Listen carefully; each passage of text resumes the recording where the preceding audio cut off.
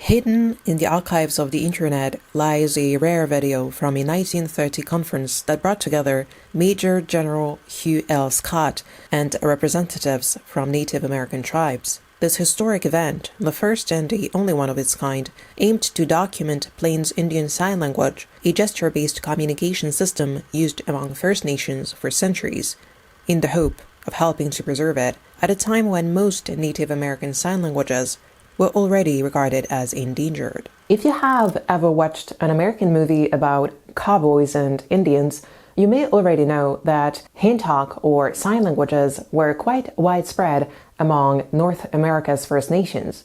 But what exactly is hand talk? Why was it used even among the hearing who spoke the same language? And most importantly, did it have any influence on the development of sign languages around the world? Let's find out. Early accounts from 16th century European expeditions in the Gulf Coast, Texas, and northern Mexico extensively describe the use of hand talk among Native American nations.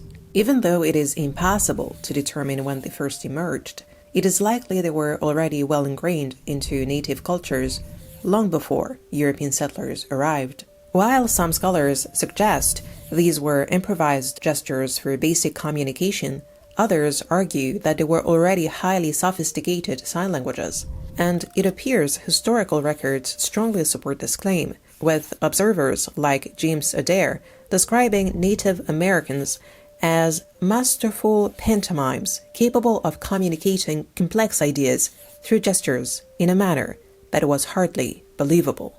Before colonization, over 600 spoken languages were used across North America, and sign languages were present in most North American language families. Dialectal variations within the same linguistic families did exist, but they did not hinder mutual understanding. Among these, Plains Indian Sign Language is the most extensively documented. Originating in the Great Plains, PISL eventually became the main lingua franca, facilitating communication between tribes speaking different languages. But it probably traces its roots to an earlier hand talk system from the Gulf Coast and Texas, which spread northward over time. The Great Plains' central position and the nomadic lifestyles of many tribes in that region, especially those engaging in buffalo hunting, probably helped PISL thrive as a vernacular. The introduction of horses on the continent further accelerated intertribal contact, solidifying PISL's role as a shared communication tool. As I said, sign languages weren't limited to deaf communities. Both hearing and deaf individuals within the same group would often use sign language. But why would individuals who speak the same language rely so heavily on gestures? The extensive use of hand talk challenges the idea that spoken words are the most natural form of communication. For Native communities, hand talk wasn't just an alternative to speech, it was an integral part of their social and cultural fabric, filling gaps where spoken words were impractical or inappropriate. For example, during hunting, hand talk provided a silent, effective means of coordination among hunters for avoiding detection by prey. But hand talk was also used in storytelling, where it brought narratives to life with visual expressiveness, but also in ceremonial practices, where gestures carried symbolic meaning. Interestingly, the existence of conventionalized sign languages has also been documented among Aboriginal Australians as well as among indigenous communities in South America. These examples suggest that, from an anthropological standpoint, multimodal communication may have been a feature of human communities long before the advent of written communication and civilized societies. Actually, some even think that this supports the gesture-first theory, which posits that human communication actually started out with gestures and then evolved into spoken words. This theory gained popularity in the 18th century thanks to thinkers like Étienne Bonnot de Condillac, but it faded away for a while before resurfacing in the 1960s. Proponents of this theory point at the way we learn languages as their main argument. Babies, before they can speak, will use gestures to communicate. Some researchers also point to anatomy, saying that our ancestors didn't have the vocal ability to produce complex speech. When early humans started walking upright, their hands were freed for tool use and possibly for communication too. Over time, those gestures were probably accompanied by vocalizations leading to spoken language as we know it today. But if gestures were so effective, why shift to speech? For some, it's simple. Speech has more advantages. It's faster, it doesn't require your hands, and it also works in situations where gestures don't, for instance, in the dark or in dense forests. But the only problem here is that evolution isn't about planning for the future. Of course, adaptations can unlock new possibilities like speech, but the process isn't goal-oriented. In this regard, it would make more sense to consider that gestures and speech evolved in tandem, complementing and reinforcing one another as social interactions grew more complex. This intertwined evolution could be evident in the brain, where gestures and speech share overlapping neurological regions. Eventually, gestures became suppressed in favor of spoken language, but remnants of this early unified linguistic system may still exist today, since many of us speak using our hands.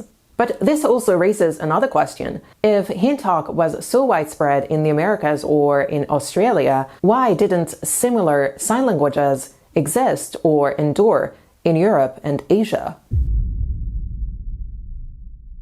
Initially, I thought this might only be due to the lack of historical records about the existence of sign languages in pre-civilized communities in Europe. But the thing is that even detailed accounts by figures like Julius Caesar, who extensively wrote about Germanic tribes, do not seem to mention the existence of sign languages. So I thought that an explanation might be the environment. In regions like the Great Plains or Australian deserts, open landscapes made visual communication ideal for coordinating activities like hunting. Dense forests or rugged terrains, which are more widespread in Europe, might have been less conducive to visual communication. But the answer might also lie in the development of productive forces and the many changes brought about by early civilizations. As societies grew more complex with the rise of trade networks, agriculture, and specialized work, spoken language became more efficient, especially in densely populated urban centers, making the use of gestures obsolete or impossible. Written communication may also have further reduced the need to rely on formalized gesture-based communication systems. As civilizations became more hierarchical, spoken language, and more specifically the ability to speak well, became a status symbol. The status tied to verbal fluency may have marginalized hand talk. These are merely hypotheses. If you have further insights, please let me know in the comments. The history of sign languages in Europe and Asia before the Middle Ages is quite sparse, and it seems that ancient societies tended to marginalize or dismiss the use of gestures. Yet, out of necessity, deaf individuals likely always developed gestures to communicate. The earliest recorded mention of sign language comes from ancient Greece. In the 5th century BCE, Plato's Cratylus explored the idea of communication without speech, with Socrates pondering, if we had neither voice nor tongue and yet wished to manifest things to one another, should we not endeavor to signify our meaning by our hands, head, and other parts of the body? This suggests that some form of sign language may have existed in Greek society. Not all philosophers shared Socrates' open-mindedness, though. Aristotle insisted that speech and language were inseparable, and since deaf people couldn't speak, they inevitably couldn't learn. A misconception that would shape attitudes towards the deaf for centuries. But the Middle Ages would soon offer a glimmer of hope. The transition from simple gestures to fully developed sign languages with their own grammar and vocabulary was a gradual process spanning centuries, but it all started with one revolutionary idea: that deaf individuals could learn like anyone else. In the 16th century, thinkers started challenging Aristotle's outdated view. One of the first was Italian polymath Girolamo Cardano, who created a system of written symbols paired with gestures to teach his deaf son. Around the same time, Spanish Benedictine monk Pedro Ponce de Leon made groundbreaking strides in deaf education. At his monastery near Madrid, he set up the world's first school for the deaf, teaching speech and writing with methods like tracing letters and using lip movements. Some records even suggest he used a signed alphabet possibly inspired by a gesture-based communication system extensively used within monasteries among monks who took vows of silence. Shortly after, Juan Pablo Bonet, who also encountered a deaf-mute individual in his environment, developed teaching methods for the deaf, and in 1620, he published the first book on deaf education. Bonet's book focused on oralism, teaching speech and lip reading, but also included a manual alphabet, which greatly influenced the development of sign language systems. While none of them created formal sign languages, the pioneering efforts proved that deaf individuals could be educated, laying the groundwork for future advancements in deaf education and communication. But in this historical context, who invented the first formal sign language? Many people think Abbé Charles Michel de l'Épée, a French priest, was the inventor of the first sign language. But that's actually a misconception. De l'Épée didn't create sign language.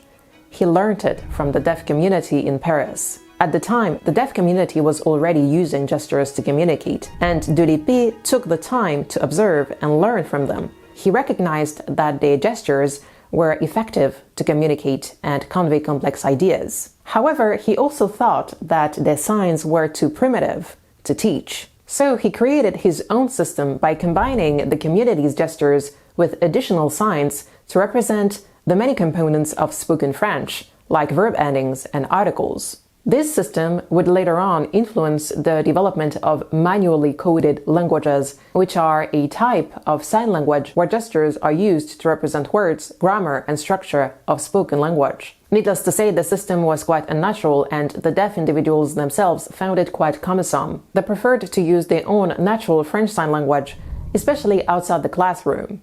So, did de l'Épée invent sign language? Not exactly.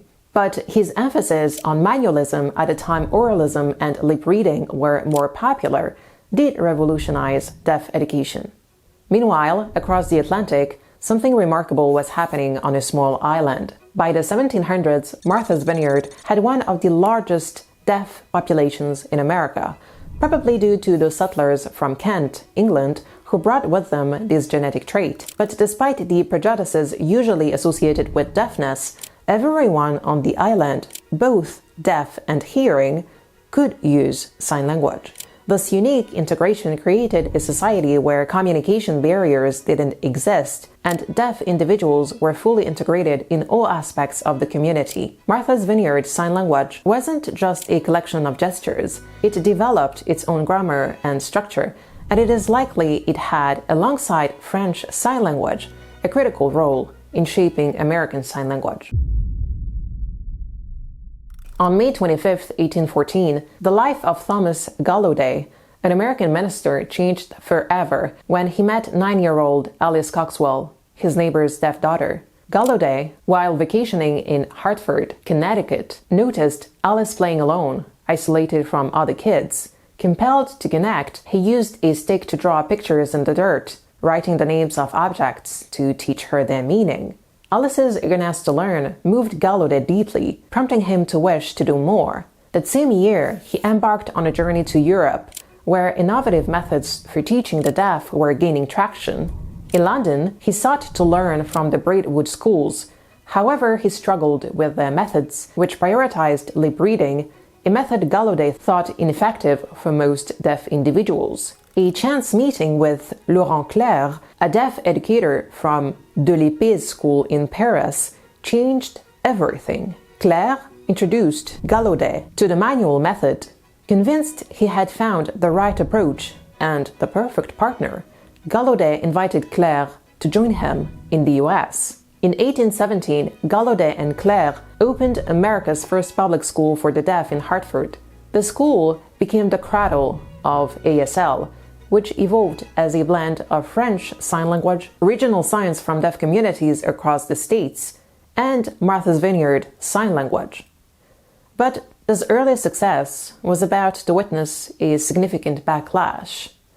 In 1880, the Second International Congress on Education of the Deaf was held in Italy. At a time, the debate between manualism and oralism was raging. While educators like Gallaudet were convinced of the benefits of manualism, the oralist movement led by important figures such as Alexander Graham Bell, whose mother and wife were both deaf, was gaining traction and largely triumphed at the conference, which condemned sign languages, declaring manual methods primitive and inferior. Schools worldwide adopted this approach, leading to the suppression of sign languages for decades. It is only by the 1960s that the tide began to turn, thanks to William Stokoe, a linguist at Gallaudet University. His groundbreaking research showed that American Sign Language was not just a set of gestures or simplified English, but a full, complex language with its own syntax, grammar, and rules. His 1965 publication, Sign Language Structure, proved ASL could express complex ideas equal in richness to spoken languages. This transformed perceptions of sign languages, gradually leading to their reintroduction in schools and broader recognition of deaf culture. Now, I believe it is only legitimate to determine whether PISL or any other North American sign language had an influence on the development of sign languages. But this question is complex and still the matter of scholarly debates. Some scholars argue that Northeastern sign languages, due to their regional proximity to Gallaudet's School for the Deaf, might have had a more significant impact. Since many Native American children attended residential schools in Hartford, their use of Hain Talk could have influenced the development of ASL. Gallaudet himself referenced Indian Sign Language as an example of sign language effectiveness in his essay on the natural language of signs. However, while he pointed out similarities between Indian signs and signs used by the deaf, he did not propose that Native American sign languages directly influenced the development of ASL. Instead, he suggested that both systems might share a natural origin. Since native communities did not have a written tradition, they did not rely on fingerspelling. Instead, they would use a vocabulary of approximately 4,000 basic signs that could be combined to form more complex words, similar to how radicals in Chinese characters are arranged differently to create new meanings. In this respect, ASL is different. However, similarities do exist. Some signs in PISL are identical to those in American Sign Language, such as moon, snow, or love. This overlap might be attributed to iconicity, where signs visually represent their meaning. Yet, research into the linguistic structures of PISL and ASL reveals some interesting similarities, such as the use of classifiers or symmetry. However, these common points are not conclusive evidence of direct influence. Further research into the historical interactions between Native American groups and the residents of Martha's Vineyard or Hartford, including any Native American deaf individuals who may have been present in these cities, would help clarify the extent to which Native American sign languages may have influenced the development of ASL. It is fortunate that now sign languages are thriving throughout the world. They are not only celebrated as communication systems, but also as beautiful representations of deaf identity. Many sign languages around the world are influenced or based on FSL or ASL. Of course, it is not the case for all of them, but it is true that it is often European educators or missionaries that often encouraged the establishment of dedicated structures to teach the deaf, which in turn led to the development of national sign languages, which now differ from country to country, sometimes with a significant degree of overlap. In contrast, Native American sign languages are now endangered. In the late 1800s, the US implemented policies forcing Native children into American residential schools. Like in most nation-states, such as France or Japan, a strict policy of language standardization was imposed throughout the nation, and Native children were harshly punished for using their languages, including Hain Talk. Deaf Native Americans were likewise forbidden from using their own sign languages and were required to adopt ASL instead. My research was primarily prompted by my keen interest in Native American nations. I have been intrigued by Hain Talk for quite some time now, and I was truly eager to try to determine whether they had influenced the development of ASL and other sign languages. While it is tempting to imagine a direct link, there is, at least at present, no concrete evidence that early educators borrowed or adapted signs used among First Nations to teach deaf individuals. Even though I haven't found a definitive answer, I have learned a lot on this fascinating facet of the linguistic heritage of Native American communities, and I hope you have too. If you are a Native American, please let me know in the comments if you're still using Hand Talk, and if not, if you're trying to learn. As always, thank you very much for watching.